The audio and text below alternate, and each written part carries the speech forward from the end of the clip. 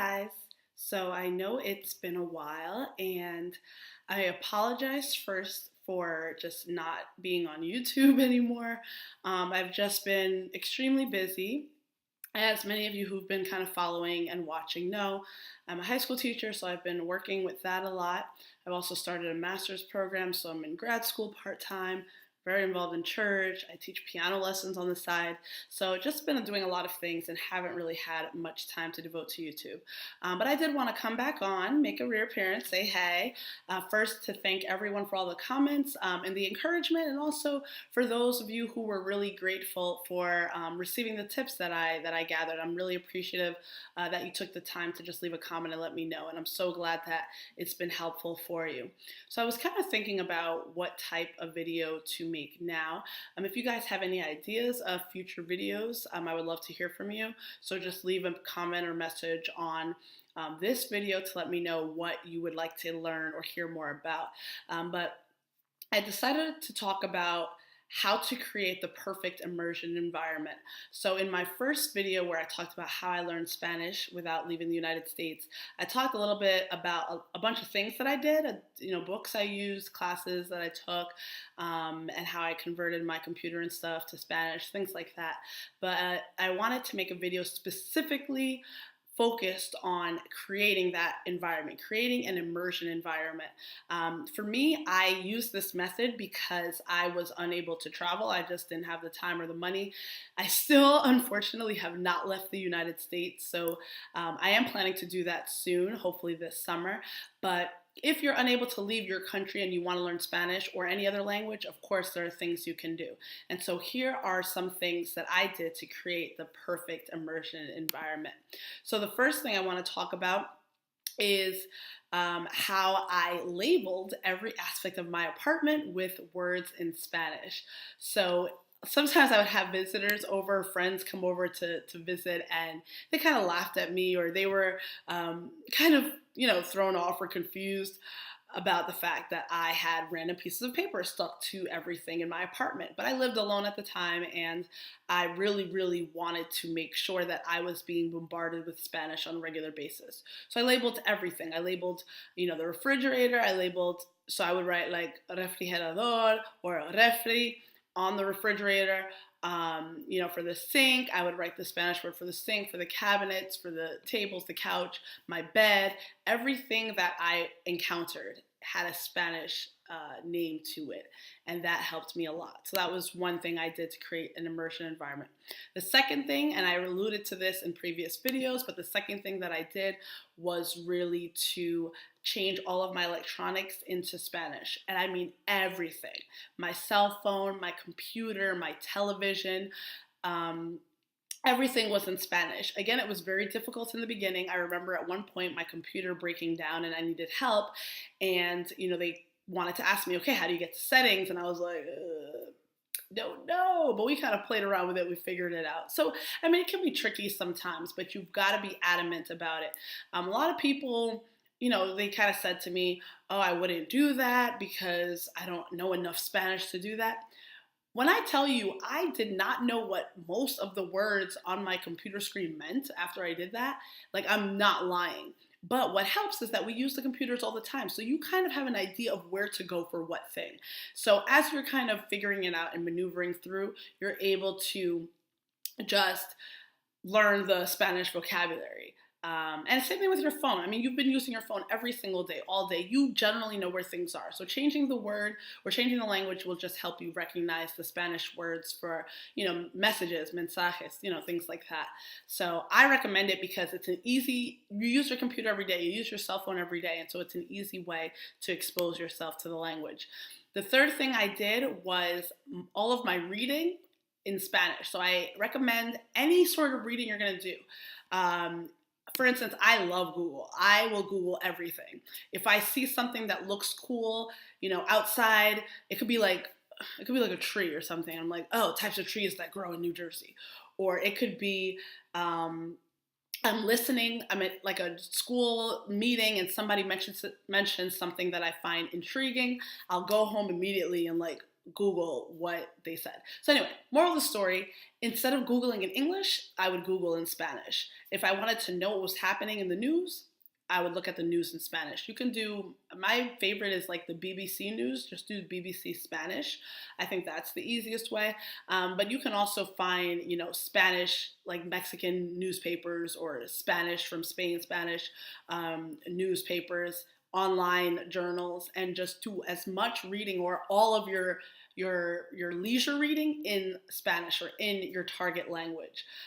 It also helps you with your vocabulary. You learn more words, and you learn how to, I guess, use a more I don't want to say flowery or intellectual vocabulary, maybe, but it's something that even to this day I'm still working on. My Spanish is very good when it comes to, communicating with friends and socially. But if I want to have an intellectual discussion or argument in Spanish, I do struggle still. And reading, especially reading like news articles and more educational type piece of literature, things like that will really kind of boost your Spanish or your language abilities. Podcasts are another thing that I used. I didn't use them a lot, but there are Spanish language podcasts online.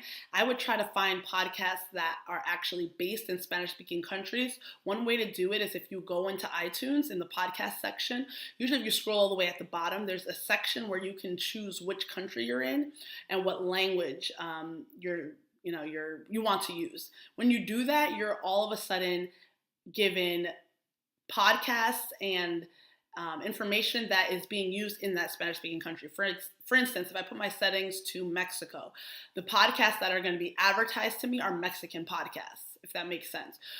You can also see which podcasts are the most popular in Mexico and kind of look at those if they're Spanish-speaking podcasts. So that's a way to be listening and hearing the language on a regular basis. YouTube is my friend. Oh, hey, YouTube. There are so many Spanish-speaking YouTubers on YouTube, and you can use them and use their channel to help you in your Spanish language journey. Now, I'm not talking about people who are teaching Spanish.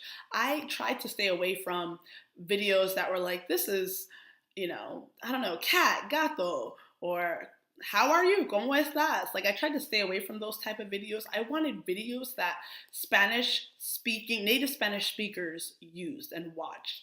And so that's what I went for. So my favorite, or one of my favorites, is Hola, Soy Germán. He is a YouTuber. I forget where he's based. I know he lived in the United States for a period of time, but he's from another Spanish-speaking country. I can't remember. But anyway, his channel targets native Spanish speakers. And the nice thing about his channel, number one, he speaks extremely quickly. And it was great for training my ear because if you're not with it, you miss it. But the nice thing about him is he has subtitles for all of his videos. And you can have the subtitles in English if you're still kind of beginner and you're not sure what was said, or you can put the subtitles in Spanish, which is what I recommend. Watch the video in Spanish with the Spanish subtitles so that if you miss anything, you're able to kind of read it below and still kind of, improve your Spanish because you hear how a particular word or phrase sounds and then you're able to read it and you can make that connection. But Hola, Soy Germán, I really, really like his videos and he's crazy, he's funny. My favorite one of his is El Inglés. He does a whole video about, his struggle in learning English and it's cute and it helped me a lot with my Spanish. Another one that I like is there's a YouTube channel called Los Mejores Vines or Vines in Español, and that channel is just clips of Spanish vines. But the nice thing about listening to Spanish vines is that they're short and they're quick and they're kind of like jokes, so you get a little bit of a taste of the culture in your immersion experience. So I would go to that YouTube channel, Los Mejores Vines or Vines en Español. If you go to that particular YouTube channel, you get a bunch of them, and you can immerse yourself in that way. The next thing, of course, is music. I mentioned in another video that I deleted all the music off of my iPod and only put music that was in Spanish. And people are like, whoa, like how could you do that? Like I said in another video, my siblings, my family, not that they hated me, but they were very frustrated because, they want to listen to the songs that are very popular now. And I'm listening to popular Spanish songs, but I was also listening to oldies and ballads and I don't know, other songs, and they don't understand the language. So of course there was some frustration for them. But Spanish music, like, key to your immersion experience. If you are going to listen to music in your immersion experience, it needs to be in Spanish. And there are many, many artists that I like. I mean, some of my favorite, I kind of like the ballads and the love songs and such. So I listen to a lot of Cheyenne or Camila, Tercer Cielo. But there's some fun ones. Like Jay Alvarez has like fun, upbeat songs. So look for them. If you just Googled, I don't know, las mejores canciones en español o no sé, in this particular year, in 2016, if you just put that in Google, you'll get some of the top songs. And that's a good way to start. Or you can just start with Jay Alvarez. Just YouTube Jay Alvarez, listen to some songs, and then it'll link you to another song and link you to another song. And before you know it, you're in this deep maze of amazing Spanish music. So that is a wonderful way to help your immersion experience. And lastly, the last thing I want to say about immersing yourself in this language learning journey. I am a Christian, so I'm biased, but I'm telling you, even if you are the most atheist person ever, I am still a strong believer in going to church as part of the Spanish or the language learning process. And here's why.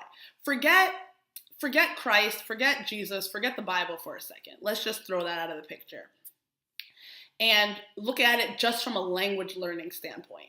Church is an environment that exposes you to the culture, the language, the food, the people, the social aspects, everything. For instance, my family is Jamaican, right? I'm born and raised in the United States, but from the heart, my family is Jamaican.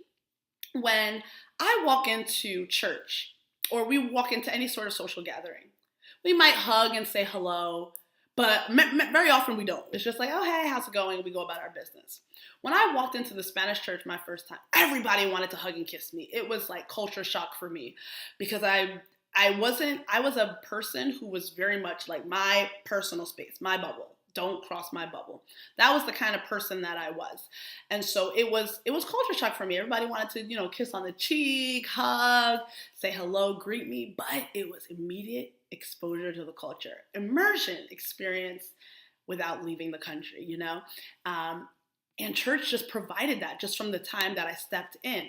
Additionally, the food, I was exposed to so much food from Latin America from church. We would have food after service, or I would go to social activities with them.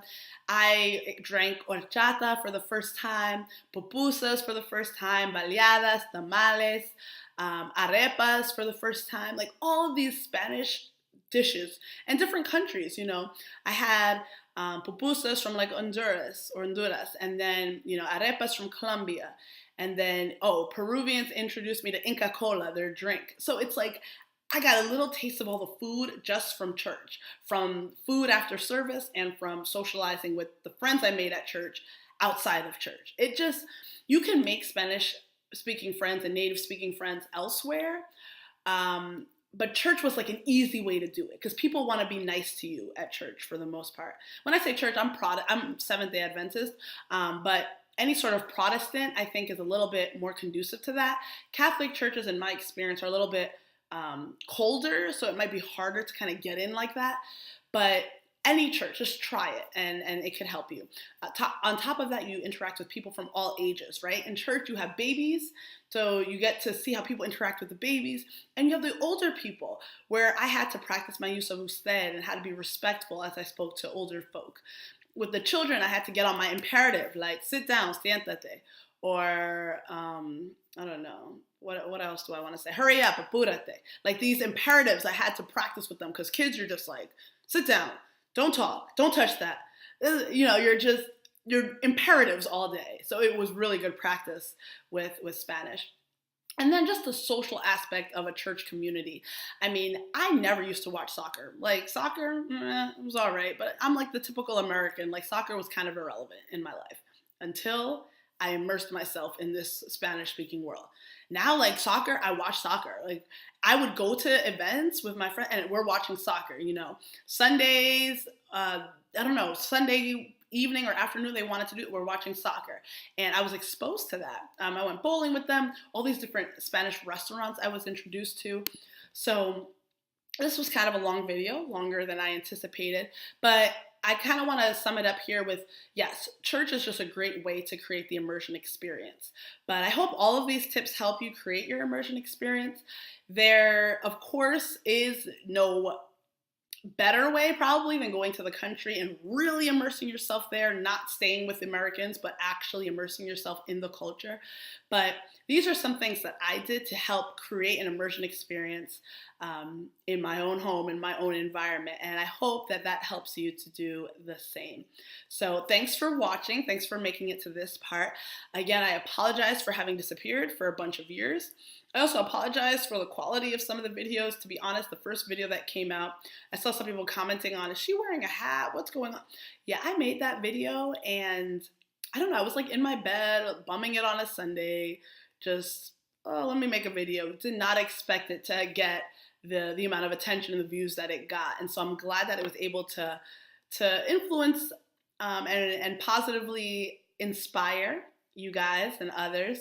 And I hope that you guys continue to keep tabs on the channel, encourage me to produce more or put out more videos, and yes, have a wonderful day.